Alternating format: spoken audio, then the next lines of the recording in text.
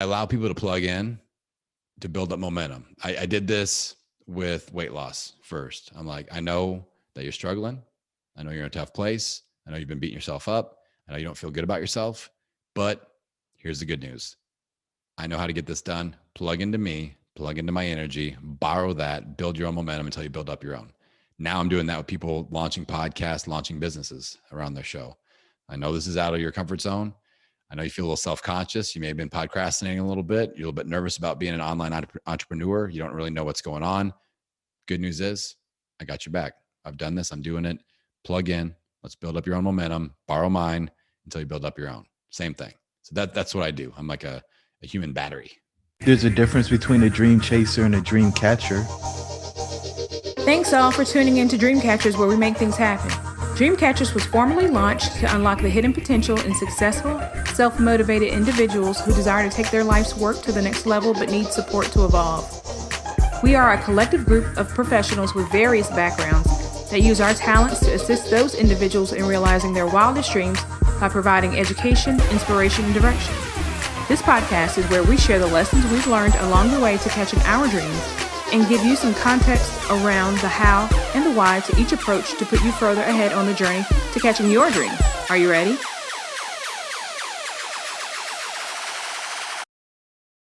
Hey, everybody, and welcome to the Dreamcatchers podcast. I'm your host, Jerome, and we've got one of my favorite people on the show today, ladies and gentlemen.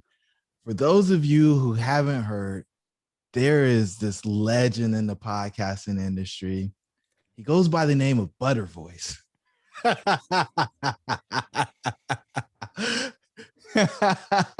He's from the Midwest, my man, Adam. I've never said your last name before. Schaeuble. Did I get that right? It was very close. And you ruined, after you called me Butter Voice, I was going to be like, hey, Jerome. No, my last name is pronounced Schaeuble. Schaeuble. I've never said your last Schaeuble. name. In all of our calls, I just call you Butter Voice. So most people avoid my last name altogether. So that's totally okay. Like I played varsity basketball for 4 years in high school, and I got, the starting lineups for the away games. So it got mispronounced every single game, like, 20 games a year. So it's like 100 mispronouncing. And finally our crowd would be like, Schaeuble. They would just yell it out instead of the announcer being able to say it. So I'm used to it, man. It's all good. Well, I actually feel awful, but that, because I do consider you a friend, like outside of all the other stuff. And, Adam has just been amazing. He's showed up in my world, made some suggestions, made some recommendations. And when you go implement what Adam says, things start to change for you. So Adam, so grateful for you. I heard you on a podcast, and we're just going to dive into it. And you're like, yeah, I just wanted to be able to pick my kid up from school every day. So I decided to change my life. And when I heard that, I was like, who is this guy? And how do I get to hang out with him? And so eventually I tracked you down. But, we usually start the show off talking about self-image. And so who are you other than a 4-year varsity basketball player who picks up his kid from school every day? Well, I think, like, at the root, I'm a guy that really enjoys being in control of my time, being in control of my flow, being in control of my schedule, being in control of who I interact with, how I interact with them, and when I interact with them. And that's like I'm an entrepreneur, and in the entrepreneur space, like you mentioned, how you heard me talking on that other show, like it's a big, like, pissing contest thing about like money, and this is all this money that I make, and I know a lot of people that, and this as well as me, like they have really crappy lifestyles and they aren't compensating themselves well in life. Like there's a lot of money flowing, but they're being kind of crappy bosses to themselves. They're self-employed, but they aren't a good boss to themselves because they never get a day off. They're like, and all these entrepreneurs out there are like, I want to ditch the 9 to 5. And like Jerome says, take the red pill, man. And I want to control my life, but they go from a 9 to 5 and they turn it into a 5 to 9 as a 5 a.m. to 9 p.m., and that's like, and they never have a day off. So with me, like I work 4 days a week. That's who I am. Today's my Friday. We're talking on a Thursday. Today's my Friday. And I tease my son. I go, oh, do you have to go to school tomorrow? Oh, I don't have to work. Too bad for you, man. And he's in fourth grade and he gets all mad at me. He's like, shut up, Dad. I want to be an entrepreneur like you someday, man. Not work on Friday. But like, that's my main form of compensation. Like having my Friday is my day and I do whatever I want. And I do, if I want to sit at home in my underwear and watch The Office all day, awesome. If that's what's going to recharge my battery, but I prefer to like learn things or be creative. And then Saturday, Sunday, it's all about family and just connecting and recharging. And I come back on Monday through Thursday, primed, ready to go. And I get as much stuff done as anybody else. But that's, I guess I'm an efficiency addict. I'm a family and experience addict. I love connecting with friends like my buddy Jerome here. And I always kind of grade myself at the end of the day. Like, did I really live life today? Did I really experience things? Did I connect with people? Or did I just put the blinders on and go through the motions? So I don't win every day, but I try to win most. Wow. That level of reflection is uncommon. So you talked about the 5 to 9, right? And I think you may have lived that out a little while in your entrepreneur career. So before you were this podcast whisperer, what were you doing? Well, I'm a recovering gym owner, as I put it now. Like I've always been an entrepreneur. So I've never worked for anybody else ever. I'm unemployable. Like it just doesn't work. So like I was the kid when I was my daughter's age, she's in kindergarten. Like I was the dude that was hustling the neighborhood kids and going, all right, we're all cute, right? Let's make, cards, handmade cards and sell them. And I'm like, I'll supply the paper and the crayons. We had this like station in my basement. We made all the cards and then I'd send them out for delivery and they go door to door, which is like, we had some creepy ass people in my neighborhood. I'm like, I wouldn't let my kid do this. And like, we're selling these cards for $1 a pop. And then I would give them half and I would take half for supplies. But my mom was paying for the supplies. So, so I send them out across the neighborhood to get like kidnapped and stuff. And then they bring the money back. And so that's who I am. But I came out of college. I started doing personal training. I eventually started my own gym business.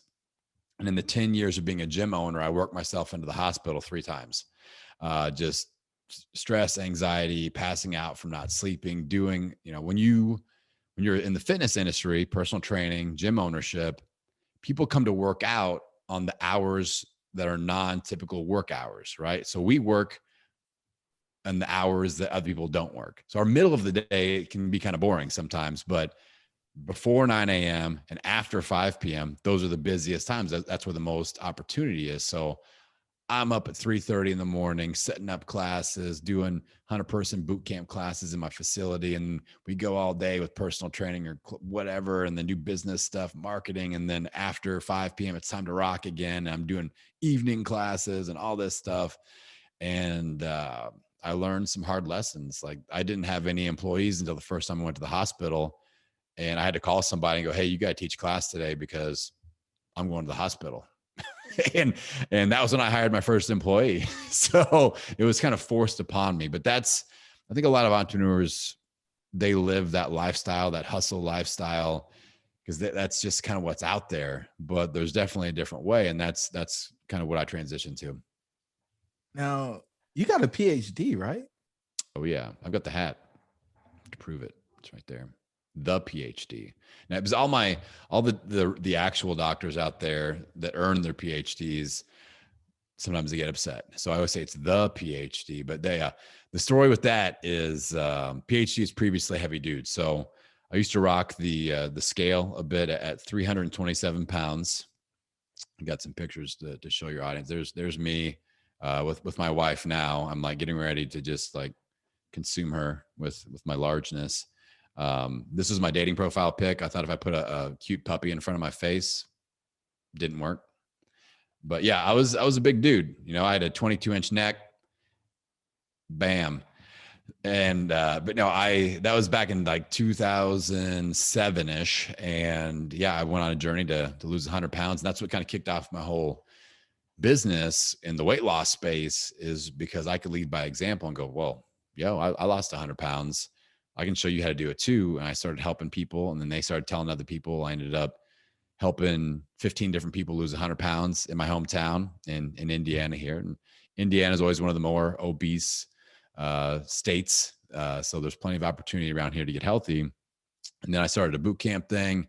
Our first location, we were directly across the street from a McDonald's, and McDonald's has the billion served or whatever. So I created a street side sign that would be every 1,000 pounds lost in the community, we'd update it. So we ended up doing 35,000 pounds in 5 years and just crushing it, man. Like eventually we moved into an 8,000 square foot facility, and we had that thing wallpapered with before and after pictures, like the 8,000 square feet lining the walls up and down, just before and after pictures, and we only started at 30 pounds and above because we didn't have room for a 20-pound transformation. It was like, if you hit 30-pound club, all right, your picture's going up. And then we watched the journey go from there. But yeah, it was pretty crazy. I love the impact that we made. And eventually that in 2020, I sold the gym and transitioned into where I am now as a full-time podcaster. But yeah, that's how I earned the PhD. Jerome, have I ever told you the story about when I first used that to sneak on a podcast? Nope. Okay. I've heard it, but I think you should share it with the listeners. You want me to tell it? Okay. I'll tell the shorter version. So when I started in podcasting, one of the best ways to grow your show is to get on other shows in the space. So I had a health show called The $1 Million Mission. There was this other big show that I was like, man, they're always number one ranked and new and noteworthy. But she only interviewed doctors, Dr. Oz, Dr. Deepak Chopra, like all these fancy, super smart people. But a lot of these super smart people are also super boring, like just because they have that monotone, like Bueller, and they're very sciencey. And I'm like, I'm going to be like the surge of caffeine on this show. I'm going to hit them upside the head with this voice and this energy, and they're going to love me. I know it. So there's this whole application, and I got to be a doctor. So I signed my name, Adam Schaeuble, PhD. And I get through the gatekeeper for like a little pre-interview. Let's see if it's a good fit. And I do that. She's like, dude, you are in, man. This is gonna be great story, all the results. I can't wait. So then I felt bad. I was like, all right, Ashley, let me tell you. I put PhD on behind my name, but it stands for previously heavy dude. And she's like, I love it, man. This is great. You're the PhD. So that was like the first time I did that. That's where it all came from. But that show, I went on there, blew it up. She invited me back for like the New Year's Day episode, tore it up. And then I started using it, PhD, because people would recognize that. Like I even wore my PhD hat. I'm in Omaha, Nebraska, and somebody's like, PhD. And like, I listened to your show. I'm like, that's crazy. I got recognized at Disney World. Talk about some street cred with my 6-year-old and my 10-year-old. When somebody recognizes you in a steakhouse at Disney World from your podcast, that elevated me for a few days. And then my wife just like rolls her eyes. She won't even listen to my show. She's like, whatever. So that was pretty cool. But yeah, I'm pretty much podcast famous now as the PhD. Yeah, I think it's more than podcast famous. I see you doing your reels on Instagram and all kind of stuff. So it's crazy. But there's a shift that you made. So you had the old podcast, and I'm looking at the wall behind you, and you're famous, but you don't put your picture on your artwork. Talk about that a little bit. Yeah. So that's, I call it the billboard rule. And is it 100% tried and true fact? No. But if somebody's brand new launching a show, I see people getting hung up on their logo, on their podcast image. All right. I talked to somebody, Jerome, that had recorded 40 interviews, 40-hour-long interviews, 40 hours of interviews. I can't emphasize that enough. And they hadn't launched their show yet because they hadn't got the right image. Like they hadn't figured out what color or whatever. And I was like, that is some serious podcastination right there. Like you gotta get the show out. You got 40 hours of great content. Like you just got to launch. So the billboard rule that I follow is if you were to put your face on a billboard in New York City or like Los Angeles, would people know who the hell you are? And if not, don't put your face on your podcast image.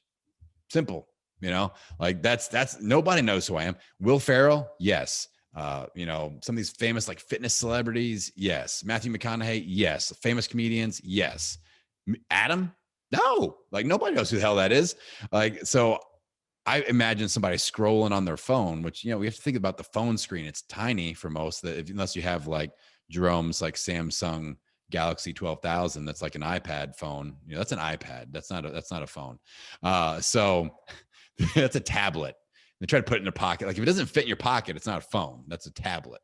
So that's like a Game Boy.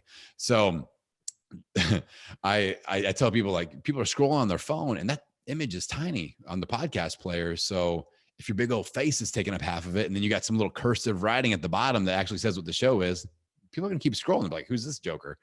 So with me, I make the words as big and thick as possible, and they cover as much screen as possible with that image. And so whether it's, Low Carb Hustle or Podcasting Business School or whatever, like, I just want people to be able to read it, and I don't take up the real estate with my face. It's not a famous face. But it is a butter voice. Yeah. So, look, how does one lose 100 pounds? What happened? Why would you do that? So I was competing in strength sports. All right. So I was big, but I was strong. So like I was doing Highland Games. I got another picture for you, Jerome. Have you ever seen me wearing a kilt? Because now you have. Boom. So I'm throwing the 56-pound weight for distance, for height. I'm throwing the caber, the telephone pole, the tree. But I'm way unhealthy. Like I'm fat, for sure. Like I'm strong. I'm deadlifting 700 pounds, bench pressing 500 pounds, all this stuff, but I'm not healthy. And I was in Estes Park, Colorado, competing. I was one of the top 10 amateur Highland Games athletes in the country, which doesn't really mean a whole lot. There aren't that many. But I was at elevation, and I'm from Indiana, so low elevation. I go out to Estes Park, and like I'm having a hard time walking around. I'm having a hard time walking up 3 stairs, and I'm just getting out of breath. I feel terrible. And I was just like, oh, this sucks, man. And then I finally realized I'd been justifying my health.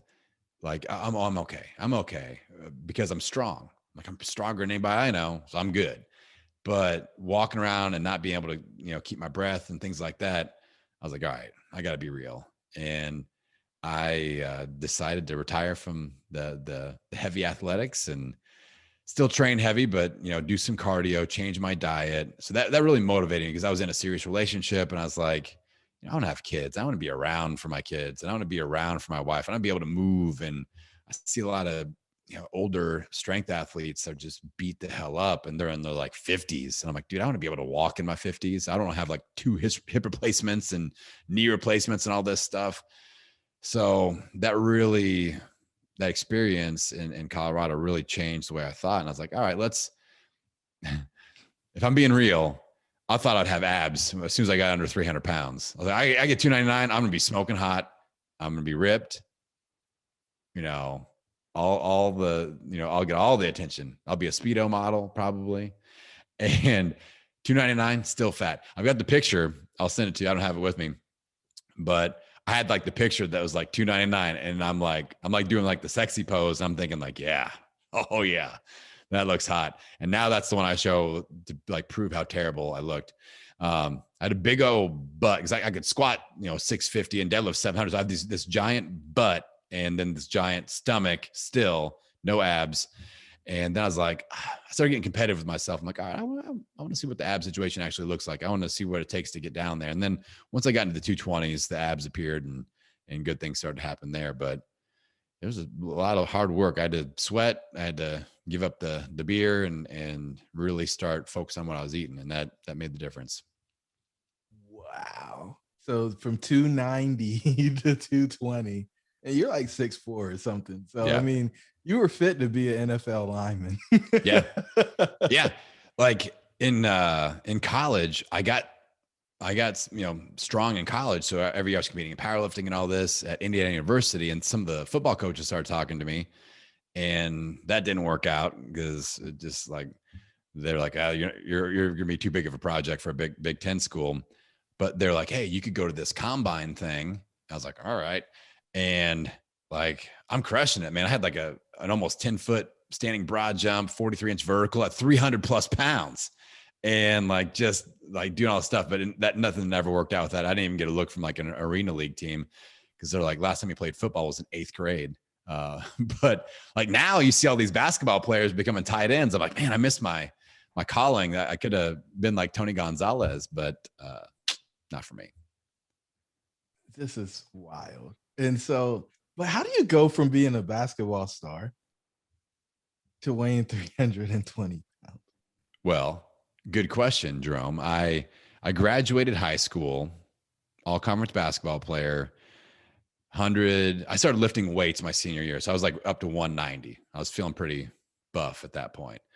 And then I decided to quit playing basketball, and I was just going to start. I fell in love with strength. So I started competing in powerlifting, and there are weight classes in powerlifting. So my freshman year in college at Indiana University, I competed at 198 pounds. That was the weight class. And I look around, everybody's 5'2".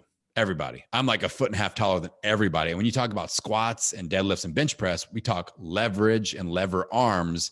And I've got a 6'8" wingspan. So I've got giant long arms. And I'm trying to out bench press some guy that's 5'2", 198. And it's not. So I'm like, all right, I got to put on 20 pounds to go to the 220 class. So the next year, I got second in the nation, still competing against all these little guys. Then sophomore year, go up to 220. Gained the weight, still look good, feeling good, and still competing against 5 foot tall guys. I'm like, shit. I got second again, second in the nation to a different guy. Third, junior year, I go up to 242. And finally, I'm getting some people that are like 5'8". I'm like, all right, fine. I'm not like a full foot taller than these guys. Got second in the nation again, new weight class. Senior year, moved up to 275. And the guy that was supposed to win got hurt. So I'm like, I'm going to win this year. And I had a terrible meet, and but I was finally competing against some taller people. I was always way taller than everybody else. But then like my junior, senior year, going from 242 plus, I started to develop some unhealthy eating, I wouldn't call it like disordered eating, but like food addiction, where you just like, I can put it away and just not even think about it. And all of a sudden, wow, that was 10,000 calories. Like, the 10 for 10 taco box at Taco Bell, I just eat all of them. $10, 10 tacos, no problem. Let's do this. White Castle, whatever that deal is where they have the whole bag full, I would eat that on the way home. I'd be driving home, I'd eat all of them. And like, no problem. Whole pizza, no problem. I did a food contest where I ate 12 pounds of pizza in an hour, and it was hot. And so that became an issue, because in college they have those like cafeteria swipe cards, with the little, you swipey and then the points, and then that's not real money. And I made friends with all these little cheerleaders that are like 100 pounds and they don't use all their points. I'm like, let's be friends. So let's go to Taco John's. Let's go. Dairy Queen, swipe that card. And I was using all their points and all my points, eating in between. And that's when I started to just get those unhealthy habits. And then once I graduated, over the next couple of years, I continued to put on weight to where we tipped it at 327 at the top point when I went to Estes Park, Colorado. That's wild.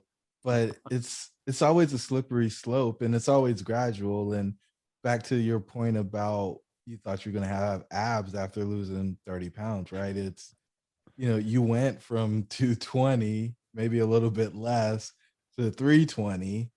And you thought, well, if I just come back down 30, then it's good. And you're like, no, I got to come back the whole 100. Yeah. And now I'm good. And then you go and you do Dancing with the Stars. Yeah. So I feel like I might be sort of a Forrest Gump story. Like, I got a lot of stories within the story. You know what I'm saying? And I've got lots of little sayings, like Mama always said. So these are my magic shoes.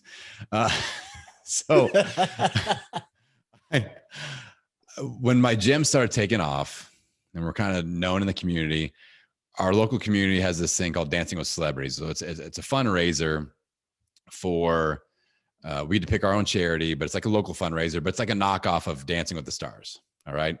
But the rule is we have this cool old theater in town. We're a college town, and we have a cool downtown area. It's like a 600 seater, Buskirk Chumley.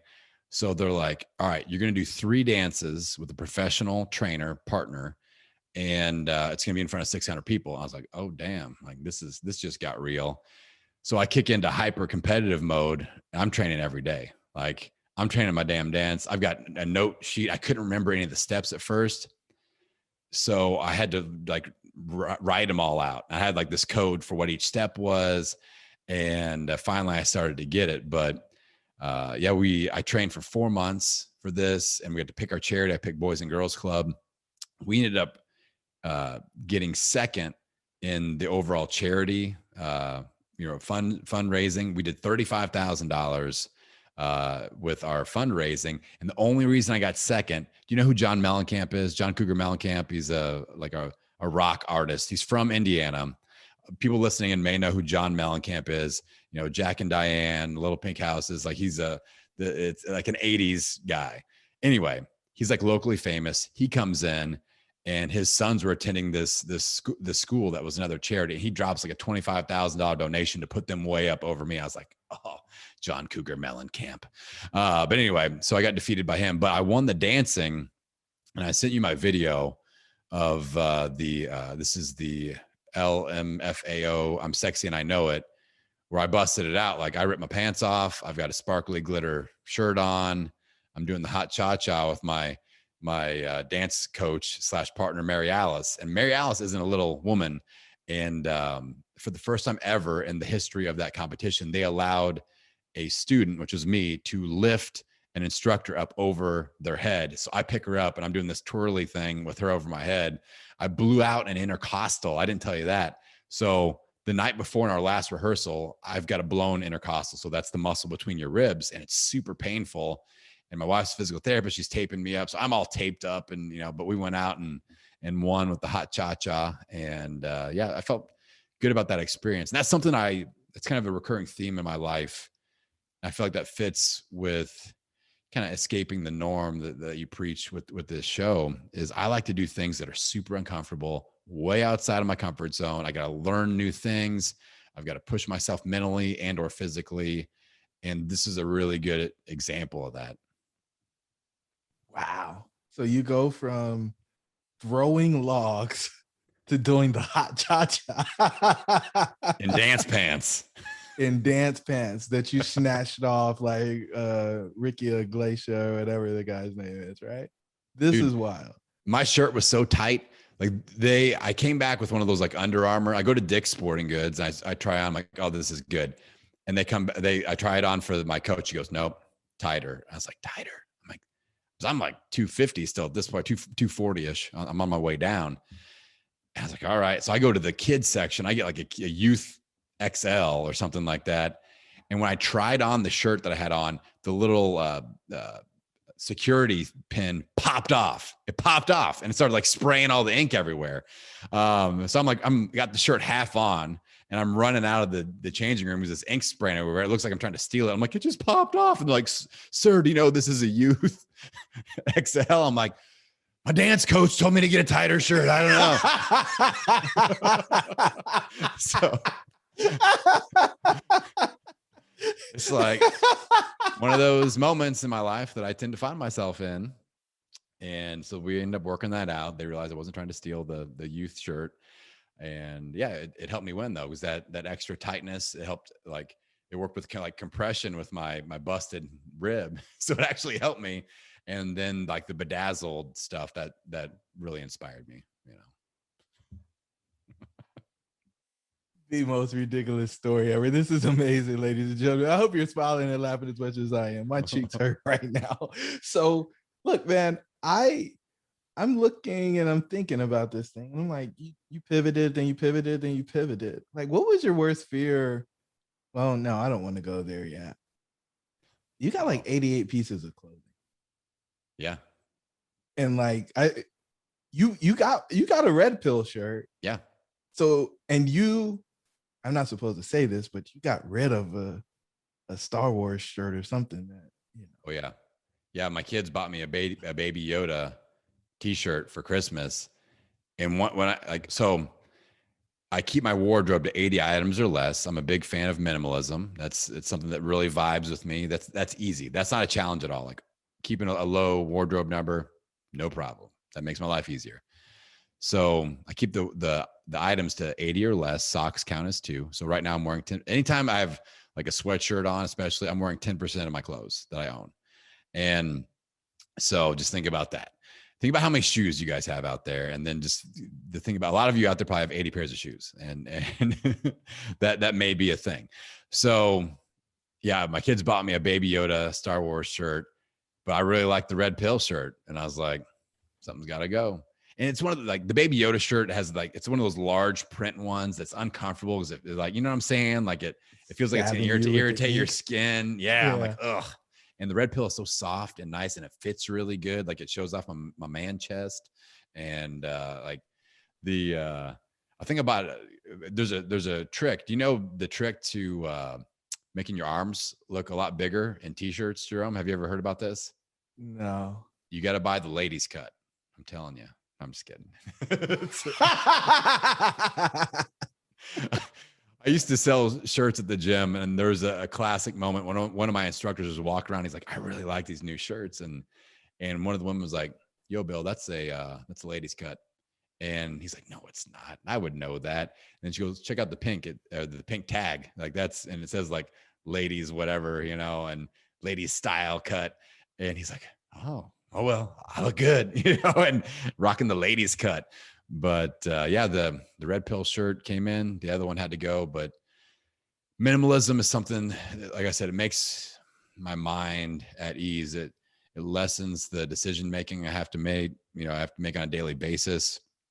And like a good definition before people are like, oh, minimalist, you try to have as little stuff as possible. That's not the way I define it. I define it as you maximize the things that give you the most value and you minimize the rest. So if you love shoes, maximize them. If you love hats, maximize them. If you love video games, maximize them. If you love collecting CDs, maximize them. Like you see these mix tiles behind me. I've got 200 of these things in my house. That's not minimalist in most people's books, but I love them. Like every time we go on a spring break vacation, we'll take 5 or 6 pictures. I'll go on the Mix Tiles app. I'll order these tiles, and then they're there when we get home, and my kids put them on the wall. It's an awesome experience. We remember all of our vacations.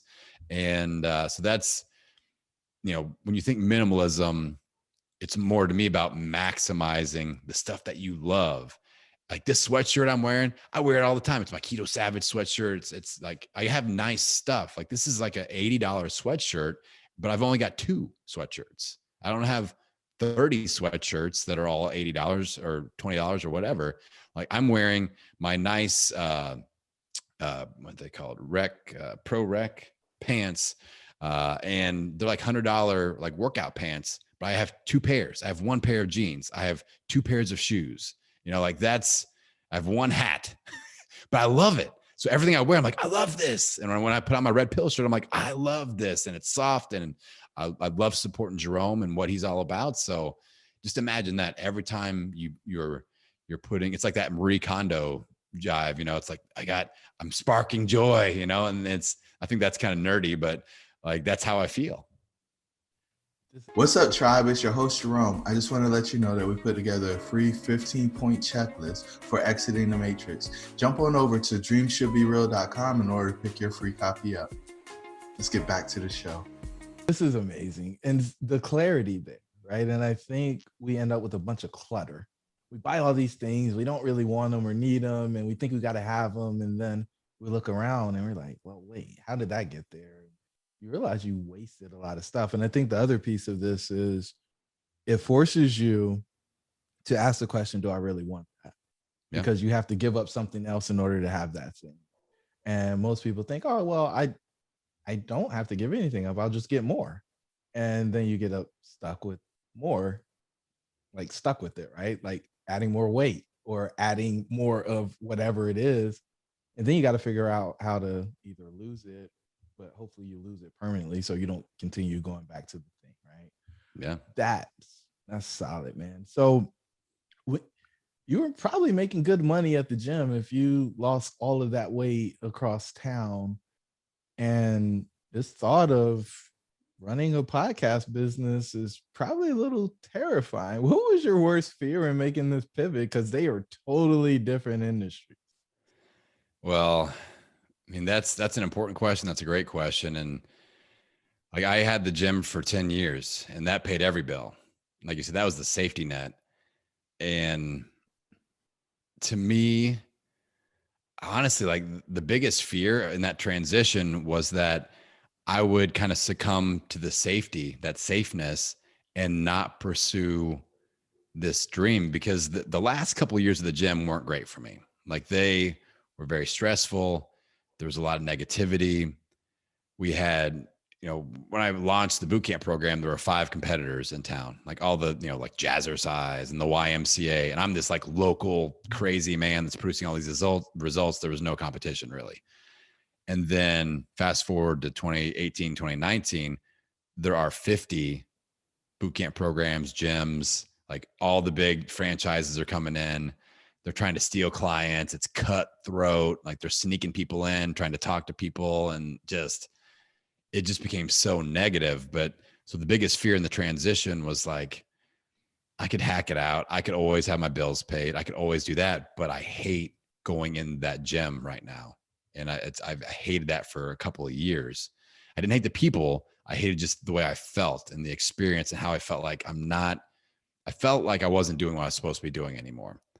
And I had already launched my show. I'd already experienced like the tip of the iceberg with the positivity of the podcast environment. I got to interact and be like, wow, like nobody is trying to like shut someone else down. Like, when I come on your show, I'm not like putting subliminal messages out there going, unsubscribe from this podcast and subscribe to mine instead.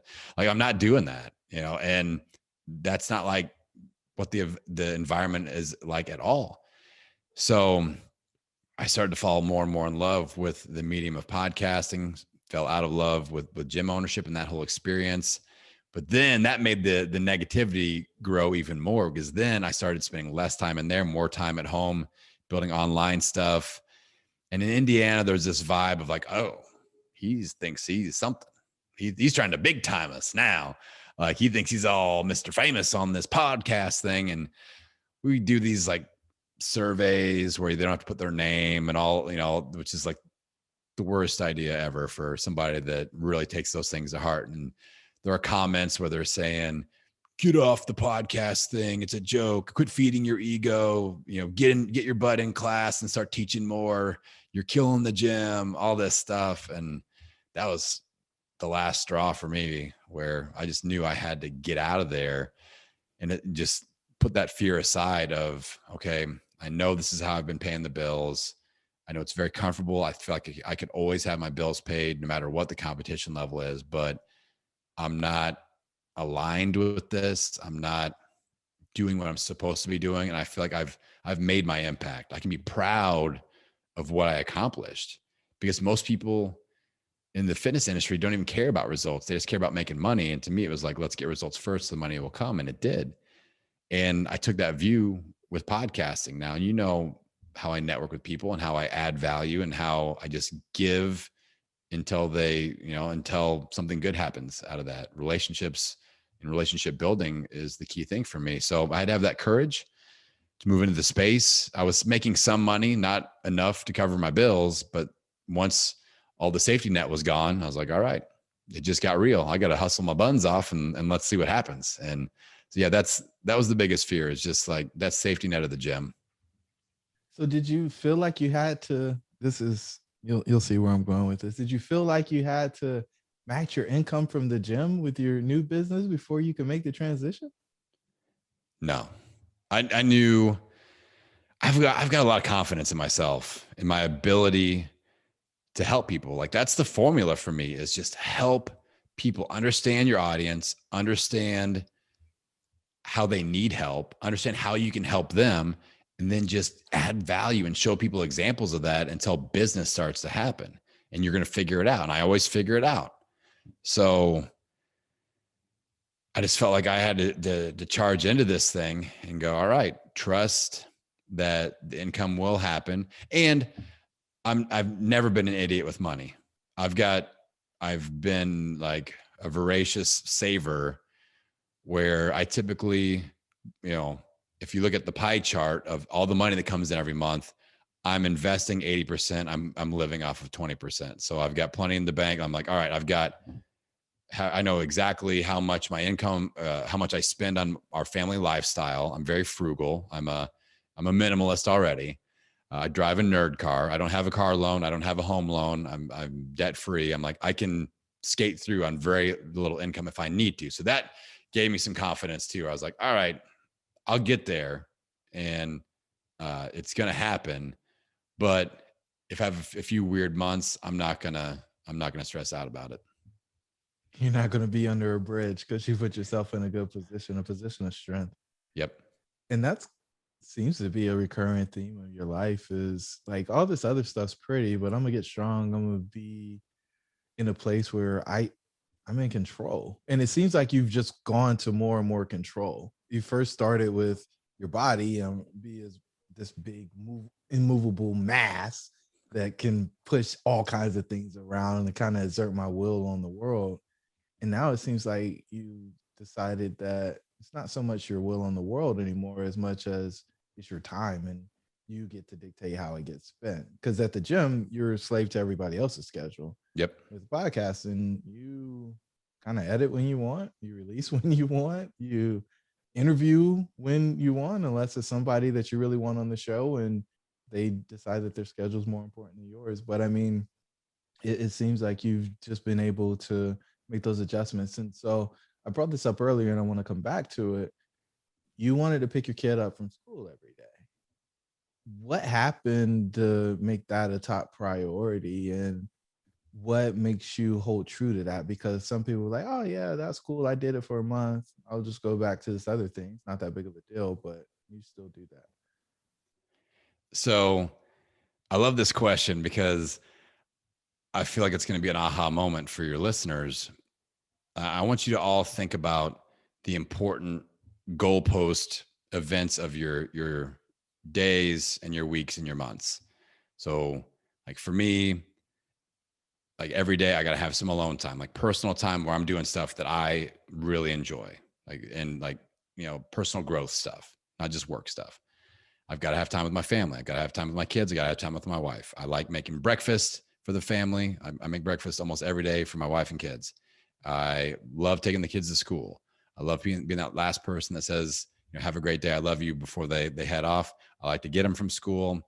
I miss them like crazy while they're gone for that in-between time. Like, it's crazy. I never thought I'd be like that, but it's like I miss them right now. Like, I know they'll be home in about an hour. I'm like, that really starts to, I'm like, I just saw them a few hours ago, but it just starts to pull on you.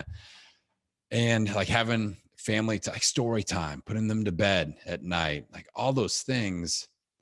I don't want to be the dad where the kids are going, where's dad? I'm okay being the business owner and my clients going, well, Adam's has some limited availability, or whatever. And so you think about those goalpost moments in your days, weeks, months. And I'm like, all right, if I'm gonna be an entrepreneur, again, I don't want to be a crappy boss to myself. I want to have days off. I want to have my schedule. Like, we can compensate ourselves greatly early on with our lifestyle and our schedule. Maybe you aren't making as much money as you were in the job, but you can immediately compensate yourself handsomely with your schedule by just blocking stuff off. And because all the buffer craziness, that'll fill in the gaps no matter what, and if you don't have any boundaries, it will take all of your time. And those are the people that are working the 5 to 9, that I mentioned earlier. Like, they just go all day, every day, and they stress out and they end up in the hospital like I did. So block off those moments. And so for me, I'll wake up at 5. From 5 to 6, I usually just do investment in me. I'm reading, I'm journaling, I'm meditating, I'm stretching, I'm doing a little bit of fitness maybe. Then from 6 to 7, I do project work. So stuff that I've just had a little bit of caffeine in me. I'm like, all right, I'm awake. I'll do like targeted project work for that week. And then at 7, up to the kitchen, got to get breakfast going. Get, talking to the kids, get them up, get them ready for school. I'm learning how to like do my daughter's hair and stuff like that. Like that's an adventure, you know? I told our local hairdresser, I'm like, you should do a daddy hair braiding boot camp. I'm like, I'm in, I'm paying. I want to learn how to do some cool shit. So like then, going to school, coming back, walk the dog, go for a long walk, listen to podcasts and audiobooks, then usually, 4-ish hours of focused work, pick up the kids and be a dad the rest of the day. And then I was like, all right, can I handle just Monday through Thursday and always have a 3-day weekend? Let's just try that. Let's block that off and see if I have to go live under a bridge, like Jerome said. Nope, hasn't happened yet. Still making money, still paying all the bills. I feel like if I didn't tell people that I was doing that, they wouldn't even notice, because I get so much stuff done. Like people are like, you're like one of the most productive people I've ever seen. I produce a ton of content. I have 3 podcasts. I do all these coaching sessions and courses. I'm speaking at other people's podcasts. I'm Instagram live and I'm Instagram reeling, but I've got processes and I have specific times and specific ways that I incorporate all this. And then I block it off and it doesn't bleed into the rest of my day. So I'm always focused. So Wednesday, podcast day. I'm recording my episodes. I'm doing, the editing. I'm putting together videos. And I'm in the zone on that all day long. I'm not switch tasking. They talk about multitasking, but it's like switching back and forth. And then there's this buffer, like, oh, and I have to switch my brain and thinking this other thing. Tuesday, all my coaching sessions, one after the next, after the next, after the next. If you want to do coaching with me, it's going to happen on a Tuesday. I've got like a 90-minute block on Wednesday, just in case, that I can open up if needed. But for the most part, I'm in coach brain mode Tuesdays, for 6 hours in a row usually. So that helps a lot. And the system hasn't failed yet, where I'm like, I'll usually work 1 Friday per month. If I take on, like I build, coaching membership programs and websites. If I get a big, client like that, I'll tell them like, I can get this done in a week. If you give me 4 or 5 hours on a Friday, right? That's all I do is build somebody's new course. It's going to get done, and it's done in a week, and my record is I did a 46 video course, with email sequences, 2 different sales pages and the whole deal, quizzes. And we got it done in 8 days. I got it done in 8 days. I don't know what the we is. I got it done in 8 days. So I can be very efficient and get stuff done. So it's like Friday is almost like a bonus day. You give me a Friday to work, I'm going to do some crazy stuff, because it's like so much extra time compared to what I normally have. So that's kind of the vibe that I take. And, the story that you've kind of hinted at, I was at a mastermind with a bunch of podcasters, and we were going around the horseshoe, and it's super like awkward and embarrassing. And everybody is like, it was the pissing contest thing, where like the first guy was like, you're supposed to announce how much money you were going to make, or you're supposed to say your goal for your show for the year. And everybody has a monetary thing, 100,000, 150,000, 160,000. You're getting back to, so the guy next to me says 2 million. And then I get up and I go, man, if I make like 60K or so, I'm good. I just want to make sure I pick up my kids from school every day and take them to school every day. And after 3 p.m., I'm a dad every day. And everybody's minds were just like blown. And then it was a bathroom break. I had half that room come up to me and go, your goal was the best. I want goals like you. And I was like, this is a choice. Take the damn red pill. Listen to Jerome. This is outstanding, man. So what happened to help you? Intense focus on family. Not common for the alpha, apex performer, dominated in the different spaces that you've been in. That's not common. It's being the best dad you can be isn't a thing. Being available isn't a thing. Most dads go out and they say, yeah, I need to go do this so that you can have the stuff. Yeah. And that's not your motivation. What happened? Where'd that come from? Well, the real key to this is I give my kids 0 stuff. And then, no, I'm just kidding. You think I've got a few clothes? They only have 4 shirts total. No, they have plenty of things. I mean, I feel like all my cups are filled. I really think about my personal cup, my family and relationship cup, and my business cup. And I try to make sure they aren't low and they aren't overflowing, and just try to keep them all full. So like my personal cup, like every day, that first hour of the day I give to me, but I'm awake at 5 and no one else is awake yet. So it's easy. A lot of people screw it up where they go, all right, I got to be at work at 9 tomorrow. I know it takes me 45 minutes to get ready and get there. So I'm gonna get up at 8:15. Like they back up their alarm all the way into the very last moment of sleep that they can possibly get before they have to get up and get going. I say, let's back that bus up and let's invest in you. Because during the pandemic, especially, a lot of people are like, I got to stay up till 11 watching Netflix because I don't get any time. I go, how about we go to bed at 8:45 or 9 and get up at 6? And I'll tell you what, do that for 1 week, where instead of staying up later and investing in you, go to bed earlier and get up earlier and invest in you. It'll change your damn life because you're going to be more productive. You're going to get way more out of it. Netflixing and chilling, there's always a time for that. But getting up in the morning, meditating, reading, journaling, I call it my power hour. Think about 4 things that you could break up into 15-minute segments for the first hour of your day and invest in you for the first hour. It can be anything you want to do. I've got clients that I've worked through this. They're like, they'll paint for 15 minutes and then do yoga for 15 minutes, go for a walk for 15 minutes, journal for 15 minutes, whatever. But like, especially like the moms, man, it's all about everybody else first. And they never invest in themselves because it's like all this kid stuff and friend stuff and job stuff. And it's a game changer. So instead of spending that hour watching, the Kardashians or whatever, shout out Kim, call me. But the the investment is going to be so much more fruitful if you invest in yourself to start the day versus ending the day. So that'd be a challenge that I would put out there, because with my cup's full, I don't feel depleted. And if I start the day investing in me, the whole rest of the day, I'm like, I can invest in my clients, in my business, and in my family. I'm good because I'm good. I've listened to my podcast. I've stretched. I've worked out.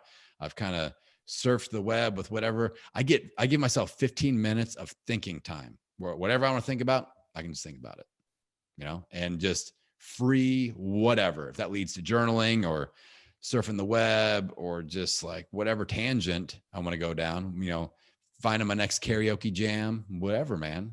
It's free thinking. And so that's the real key for me. I invest in me first. That way I'm open to investing in everyone else the rest of the day. Wow. Man, I could do this for the rest of the afternoon. I know you wouldn't do it. You got other stuff to do so you can be productive. I can do it. I mean, it's Thursday. I have nothing left. I got all of my stuff done early. I was done, honestly, by about like 11 today. I'm like, all I got to do is talk to Jerome the rest of the day. So I'm good. I'm in the way of the weekend, ladies and gentlemen. Look. All right. So what are you most grateful for, Adam? I'm grateful for a ton, man. I got great people around me. I got my health. I'm really grateful. I've lucked out at a few key points in my life of finding the right teacher at the right time, or the right, and when I say teacher, like maybe not necessarily right there in front of me, but I found the right podcast or the right information. So there was a point in time when I was spending way too much money before the whole minimalism thing. I had a great big house. I had a pool. We had a guest house. I had the big giant truck. Like I wasn't saving. And I listened to the Tim Ferriss show, and there was a guest that came on called Mr. Money Mustache. If you guys have never gone to MrMoneyMustache.com, just go. Especially if you're in financial trouble, this will change your life. So I found out about the FIRE movement, FIRE, financially independent, retire early. And I was like, oh, damn, this is something. So like hearing that podcast, within a year, we had sold the house, sold the truck, moved into a house that we had zero debt on because we had been renting it out. It was our first real estate property. We moved. I said, man, we can sell this house and move back into the rental that we lived in before. So it was the new old house. My kids got a kick out of that. And which is the house that we currently live in, have zero mortgage, sold my truck. I bought a nerd car, the 2013 Nissan Leaf. I tell people I drive an all electric car like Tesla. I go, no, Leaf, baby. It looks like a girl frog. I drive a car that looks like a girl frog. It's tiny, but like to put it in perspective, I was paying $200 a month in gas for my truck. Big old F-150, the King Ranch, leather seats, and $200 a month. I paid $7,500 for my Nissan Leaf, 2013 Nissan Leaf. I can charge it for free when I walk my dog at our local park. So do the math. I've had it for 4 years. That's $8,000 plus in gas savings is what it just paid for itself. And now the damn thing, the nerd car is worth more now. I could sell it for $9,000 to $10,000 now because of the popularity of electric vehicles. So like little stuff like that, just because of this podcast that I heard, all these things changed, like dramatic. I'm gonna be able to retire in my 40s instead of my who knows when 80s because of this one podcast that I heard. And I feel so lucky that little moments like that have popped up in my life, and I'm not afraid to take action on it. Got to be willing to give up who you are for who you're to become. What dream are you most focused on catching next?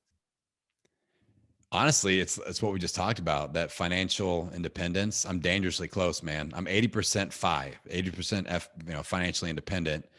Some people call that like, I forget what the term is, like slow and steady FI or something like that. Like if I wanted to, I could live off my investments. It'd be a little lean FI. That's what they call it.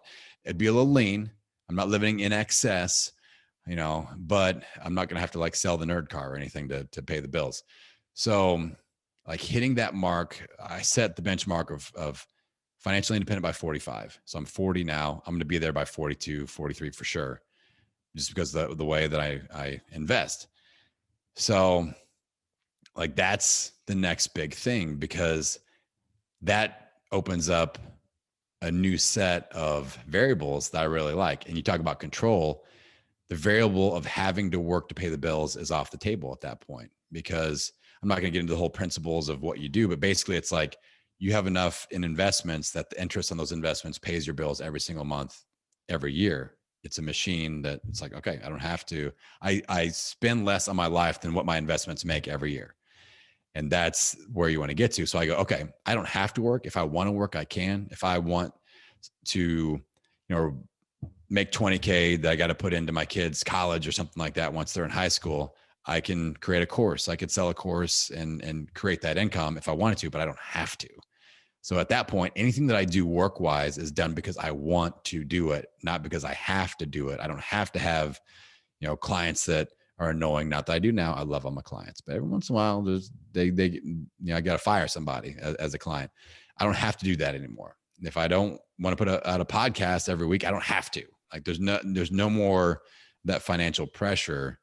And that's the next thing I'm really pushing towards. And then the next layer of that is setting up my kids with the same mindset where like I've got enough saved up for both my kids' college. My daughter's in kindergarten. She's good. Like I've already got it all saved because I save like a freak, my son, good. Like we're an autopilot with their college savings.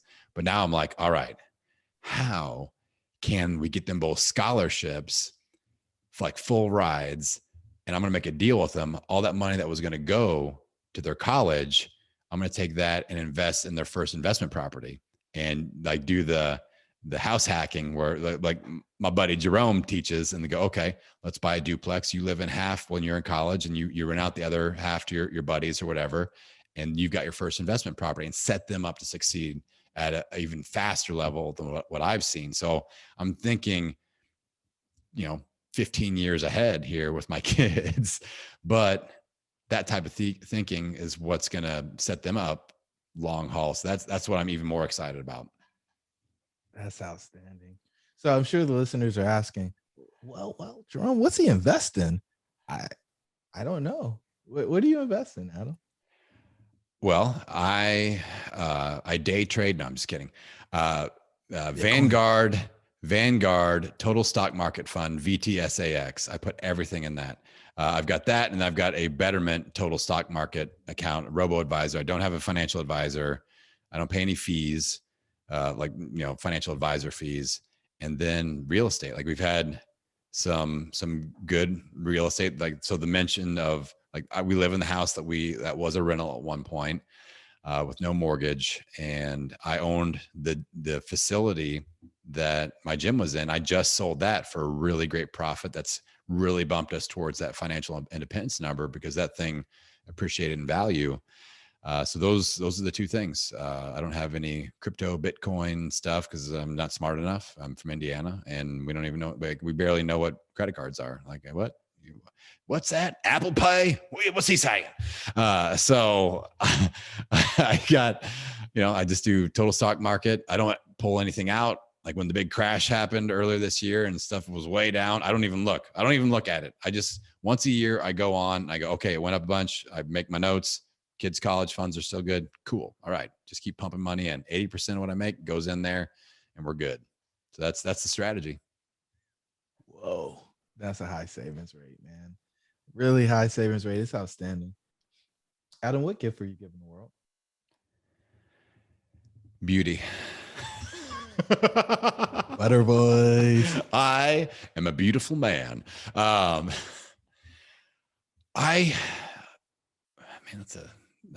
a new question to me.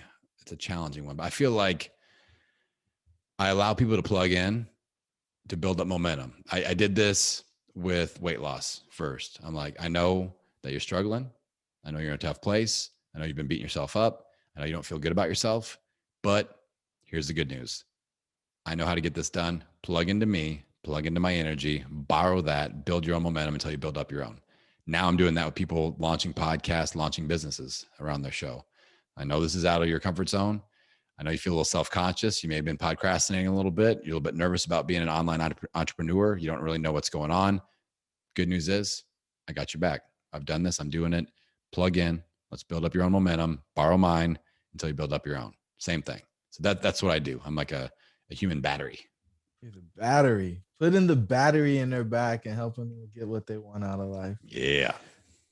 Adam, I'm so grateful you came to hang out with me today. I could keep asking questions, man, but I'm just thankful that you have the level of clarity and that you're setting an example for your kids, especially your son, for what dads can be. I think dads get minimized. I think a lot of people don't understand the importance of dads being active, and whether it's the other parent or the dad, they're not actually, I don't want to call it worshiping, but actually given the role, the respect that it deserves. And I think you are creating a life that allows you to put your effort into things that you find the most value in. And as we can hear from what you said today, it's definitely your family, and that's rare in today. So thank you so much for being that example to the listeners in the world, man. It's amazing. The last question I have for you is, what's the one thing you want the listeners to take away? All right. I got a challenge. Let's do this. Whenever I get to guest on a show like this, especially, or when I get to speak on a stage, I do a little thing called the Implementation Alarm Challenge. I gave you guys a lot of ideas. All right. We talked about a lot of different stuff, the Forrest Gump stories, but there's probably one that maybe lit you up a little bit more than the other. And like, ooh, I want to, find out more about minimalism, or I want to find out more about, investing in total stock market funds or whatever. I want to lose some weight. I want to get healthy.